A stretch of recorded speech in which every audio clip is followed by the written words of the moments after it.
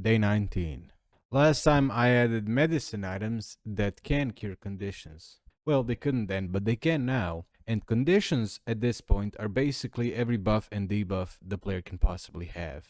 So naturally, you're asking yourself, why am I wearing a jacket and a hoodie and fucking cold, alright? Well, on day 19, I decided to make them way more complicated. The conditions. Right now, I can partially handle simple conditions like hungry, thirsty, or movement speed slowed. That one doesn't actually work. They work, technically, but there's a big problem. They're all permanent, which means if you sprain your ankle, congratulations, that's your life now. So the first thing I do need is time. Actual global, undeniable time. To do that, I created a global time manager class whose job is to answer one very important question: what time is it actually? This system will also be used later on for the day and night cycle, so it's doing double duty. I track delta time, accumulated, and then properly roll over seconds, minutes, hours, and days. Not years, I don't care about years. Now, every time I roll over a second, I can emit a signal, and that's very important because now instead of running logic 60 times a second, I can only do this one time a second. Things like bleeding, burning, or poison only update once per second, like any sane system should. Time management done. Now, how do we actually use this time to update conditions?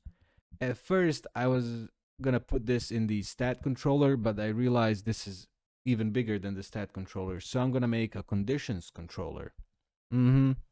Keeps track of all the active conditions on the player every time the tick signal fires or the second goes by. Conditions are checked, their on tick functions are called, and then duration values are updated. If a condition's duration reaches 0, you guessed it, it gets removed. This applies to things like bleeding, burning, and poison. The fun ones. Now, hunger and thirst are a bit different. Those don't really expire on their own, so when the player eats or drinks, I add an extra check that tells the condition controller, check again, buddy. Is the player still hungry or thirsty? If not, the condition is removed. Simple, clean, no timers needed. And then we have hybrid conditions. Conditions that can be removed in multiple ways.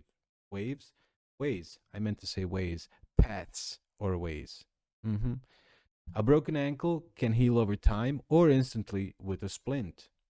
Poison can wear off naturally or be cured with vitamins, which for some reason are way too big right now.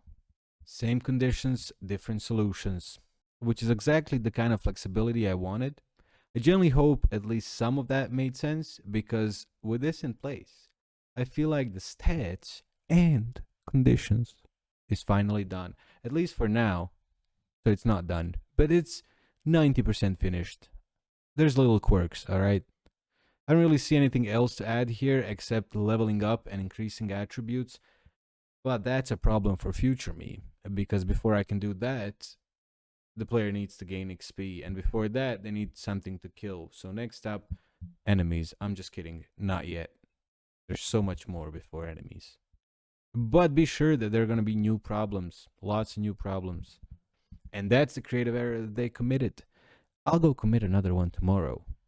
Still, I'm not sure what I'm going to be doing. What am I going to be doing? Just checking my schedule. Oh boy. Save and load is next up. That's going to be fun. On that note, bye.